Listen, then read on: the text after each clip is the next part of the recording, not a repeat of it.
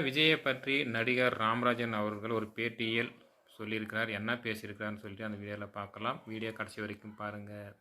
அதாவது, விஜய் தம்பி சின்ன வயசுலிருந்து எனக்கு தெரியும். நாங்கள் இருந்த வீட்டிற்கு பக்கத்தில் தான் அவங்கள் வீடும் இருந்தது.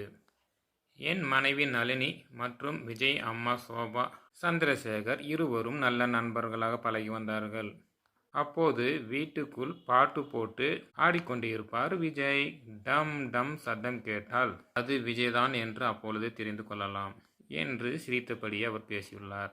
மேலும் விஜய் இன்று நல்ல நிலைமையில் வளர்ந்துள்ளார் என்றால் அது அவருடைய முயற்சி தான் என்று சொல்லியிருக்கிறார்.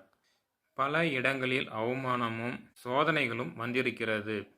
ஆனால் விஜய் அதை தாண்டியும் வளர்ந்து வந்திருக்கிறார். திறமை மட்டும் இருந்தாலே தான் இந்த நிலைமை எல்லாருக்கும் வரும். தற்பொழுது அவர் அரசியலுக்கு வந்துள்ளார். அதிலும் வெற்றி பெறுவார். ஆனால் இனிமேல் அவருக்கு அதிகமான விமர்சனங்கள் எழும். அதை எல்லாம் சமாளித்து மேலே வர வேண்டும் என்று ராமராஜன் தெரிவித்துள்ளார். இதை பற்றி உங்களுடைய கருத்து என்ன சொல்லுங்க ஃப்ரெண்ட்ஸ்.